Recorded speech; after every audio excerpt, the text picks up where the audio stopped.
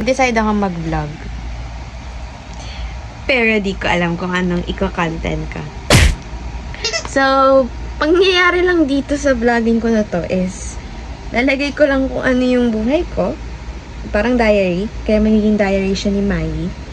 Tapos, siguro mapi-figure out ko din kung anong ilalagay ko dyan.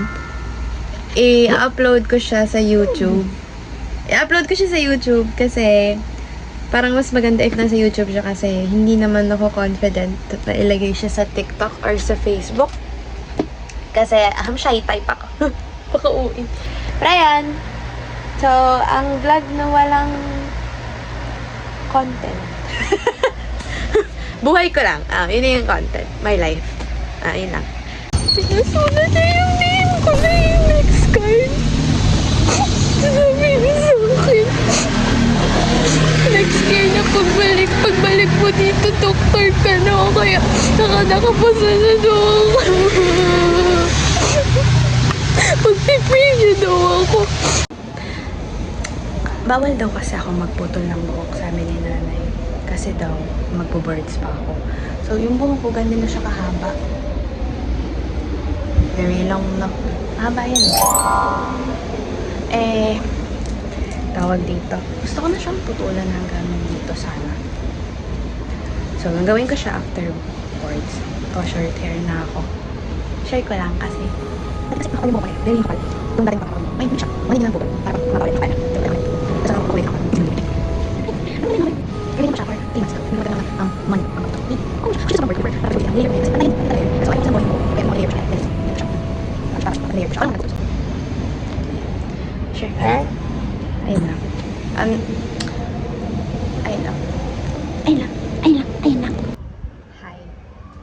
Nasa CR kasi si tita. So, anong connect ni tita? Kasi nandun siya sa CR. So, makakapag-video. Naiiyak kasi ako. So, dyan ako today. Tapos, school ng QR. Ako kung QR para NBI. Papay natin. So, papay natin. So, picture ako for passport. Picture ba? Tapos, kailangan ako. Pa-edit ko pa siya ng formal attire.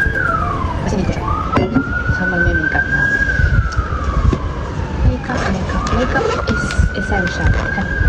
Kung tatanungin ko, version ko yung second year o first year na may tataasan ka ng K-line kasi hindi yun pinalaki na essential na makeup. Parang sa kanya, makeup is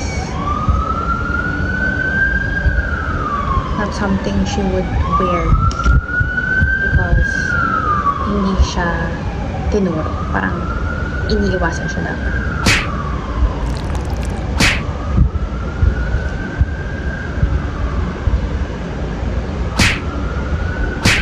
But then, nag-college si Mai. At doon niya na-realize ang essentiality ng makeup. Pero alam niyo, na-realize ko lang yun, 4th year na ako. 3rd year, 4th year. 3rd year na pa nga eh. 4th year na talaga. So, late bloomer. Check. Joke lang. Pero hindi mo naman siya.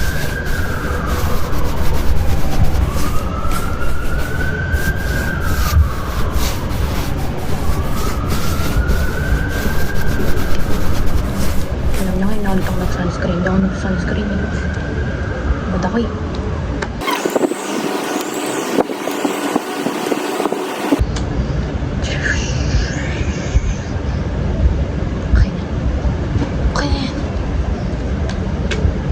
Yung sunscreen ko is ninendo ko lang kay tita kasi siya yung may sunscreen ako kasi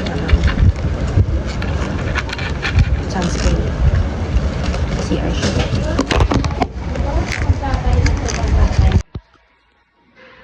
pupunta na ako ng school. Pauwi na ako. Secured ko na siya.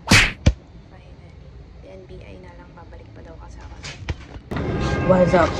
I'm gonna show you something. Ay, mababa siya. There, nag-review kasi ako. Tapos, the other day,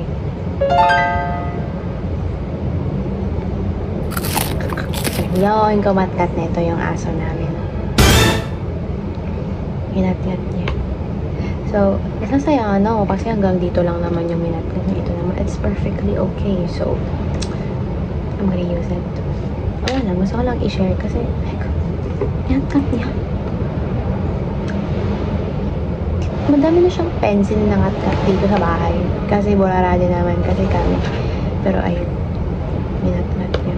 Ayun lang, balik na ako sa pag-review.